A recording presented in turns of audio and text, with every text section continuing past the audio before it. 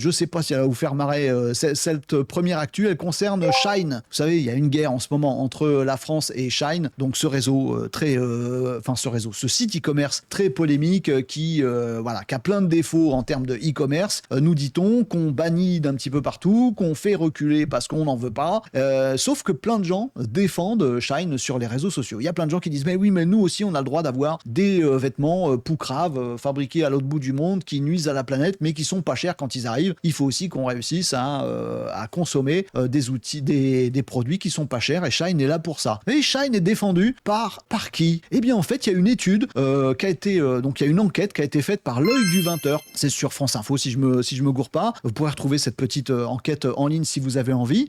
Qui a regardé qui étaient ces gens qui défendaient Shine sur les réseaux sociaux. À chaque fois qu'on disait c'est pas bien, ils disaient si on a le droit aussi machin. Et en fait c'est pas des gens. La plupart c'est des robots. Enfin beaucoup d'entre eux c'est des robots. Des dizaines de milliers de bots sur les réseaux sociaux, sur les contenus en ligne, sur les forums, sur les blogs, etc. Dans les commentaires, sur des vidéos et tout ça, ont été générés par des bots. Alors on a interpellé Shine là-dessus. Dis donc, vous avez plein de gens qui vous défendent, c'est pas des gens, c'est des bots. Shine a dit c'est pas nous, on n'a rien fait. Et on sait pas le fin mot de l'histoire. On sait pas qui a créé ces bots. Est-ce que c'est pour parler de ce truc-là, nous diviser ou diviser la société? Est-ce que c'est peut-être la manipulation de l'opinion pour mettre le bazar dans notre société? Est-ce que c'est Shine qui a envoyé ses bots pour essayer de sauver son coup? Bon, on sait que c'est un dossier polémique, Shine, notamment parce qu'il y a un ancien ministre de la République française qui est maintenant responsable du lobbyisme chez Shine pour la France. Donc c'est un sujet à la fois politique qui divise sur le pouvoir d'achat, sur tout ça, sur l'écologie, machin. Donc bon, c'est peut-être de la manipulation sur tout ça. En tout cas, méfiez-vous, il y a des bots